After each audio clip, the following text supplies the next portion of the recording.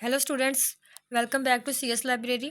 आज का हमारा लेक्चर है फॉर लूप इन पाइथन। ठीक है, जैसे कि आप सब लोगों को पता है, हम लोग पढ़ रहे हैं फर्स्ट ईयर कंप्यूटर साइंस का chapter number 2 introduction to Python programming, जिसमें हम लोगों ने अपना टॉपिक स्टार्ट किया था लूपिंग कंस्ट्रक्ट। ठीक है, इसके अंदर हम लोगों ने वाइल लूप को पढ़ लिया है और आज हम लोग पढ़ेंगे कि फॉर लूप क्या होता है। ठीक है, सबसे पहले मैं आपको बता दूं कि लूप क्या होता है। हम लोगों ने पिछले लेक्चर में भी देखा था।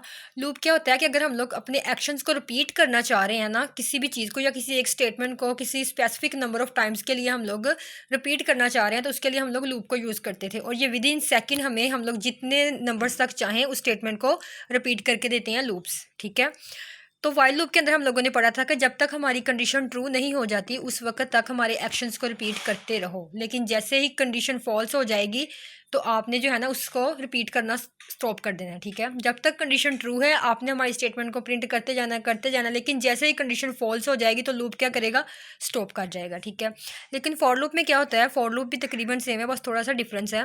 फॉर लूप के अंदर क्या होता है कि अगर हम लोगों ने किसी चीज़ को स्पेसिफिक नंबर ऑफ टाइम्स के लिए प्रिंट करवाना हो, ठीक है, उसके अंदर क्या होता था, जब तक वाइल लूप के अंदर होता था, जब तक हमारी कंडीशन ट्रू रहेगी तब तक वो हमारी स्टेटमेंट को रिपीट करता रहेगा लूप। लेकिन फॉर लूप के अंदर क्या होता है कि ये एक फिक्स नंबर ऑफ टाइम, एक स्पेसिफिक नंबर ऑफ टाइम तक जो हम लोग उसको बता देते हैं उस वक्त तक ही हमारे ब्लॉक ऑफ कोड को रिपीट करता रहेगा। ठीक है, A for loop repeats a block of code a specific number of times. It is commonly used to iterate over a sequence like a list, tuple और string। ठीक है, ये list, tuple और string ये क्या है, बिल्ट इन डाटा स्ट्रक्चर्स होते हैं पाइथन के अंदर। इनको हम लोग आगे जाके पढ़ेंगे कि अगर हमने किसी लिस्ट के ऊपर आइटरेट करना हो, कि हम लोग चाह रहे हैं कि एक लिस्ट के अंदर जितने भी एलिमेंट्स हैं ना वो बारी बारी प्रिंट हो जाएं, तो उसके लिए हम लोग फॉर लूप का यूज़ करते हैं। ठीक है, अब ये इसका सेंटेक्स बताया गया, यहाँ पे ये एग्जाम्पल में देखते हैं, से hello to each friend in a list of friends. ठीक है, अब यहाँ पे देखें एक लिस्ट हमें दी गई है फ्रेंड्स नेम से। ठीक है, जिसके अंदर 3 फ्रेंड्स हैं, अहमद, अली और हसन। उसके बाद हम लोगों ने एक टेम्परेरी वेरिएबल बनाया फ्रेंड का। अब ये फॉर कीवर्ड का यूज़ करना है, फॉर फ्रेंड इन फ्रेंड्स। ठीक है, अब ये जो फ्रेंड है ना, ये फ्रेंड वेरिएबल क्या कर रहा है कि जितने भी इन फ्रेंड्स के नाम दिए गए हैं ना, अहमद, अली और हसन, ये इनको टेम्परेरी एक दफ़ा अपने अंदर स्टोर करेगा। ठीक है, और उनको प्रिंट करता जाएगा बारी बारी। ये एक स्टेटमेंट जो है ये इन तीनों दोस्तों के नाम एक ही लाइन में प्रिंट कर देगी। ठीक है, अब यहाँ पे इसकी एक्सप्लेनेशन दी गई है, in this example the code goes through each friend in the list and prints a greeting message for each one. ठीक है,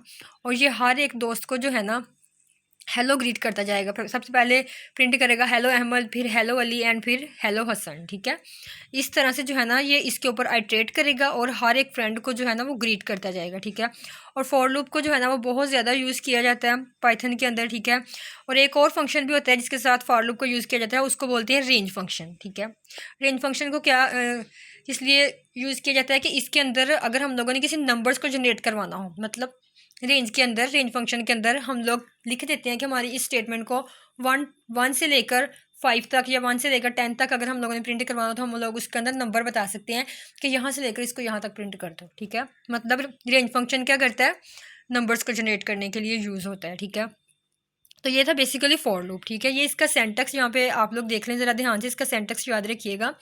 सेंटेक्स इसका क्या है कि आपने फॉर कीवर्ड यूज़ करना है। ठीक है, अगर आप लोग रेंज फंक्शन यूज़ कर रहे हैं तो उसका अलग से है सेंटेक्स, लेकिन अगर आप लोग इस तरह से यूज़ कर रहे हैं फॉर फ्रेंड इन फ्रेंड्स तो इसका सेंटेक्स ये है। ठीक है, तकरीबन सेम है, लेकिन रेंज फंक्शन के अंदर हम लोग नंबर्स लिख देते हैं कि 1 से लेकर 5 तक जो है ना इस स्टेटमेंट को प्रिंट करवा दो। ठीक है, तो सेंटेक्स आपने बेसिकली याद रखना है। इसका सेंटेक्स क्या होता था, प्रोग्रामिंग लैंग्वेज के जो रूल्स हैं, ठीक है, उनको किस तरह से लिखा जाता है उसको सेंटेक्स बोलते हैं। ठीक है, ये हमारा आज का लेक्चर था फॉर लूप, और इससे पहले हम लोगों ने पढ़ा था वाइल लूप। आपने इन दोनों में डिफरेंस याद रखना है। वाइल लूप में क्या होता था, जब तक कंडीशन ट्रू रहेगी तब तक हमारी स्टेटमेंट और एक्शन रिपीट होते रहेंगे।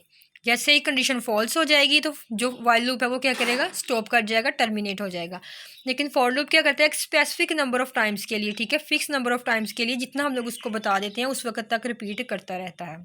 ठीक है, ये था आज का लेक्चर। अगर आपको अच्छा लगा हो तो हमारे चैनल को लाइक शेयर और सब्सक्राइब ज़रूर करें। Thank you.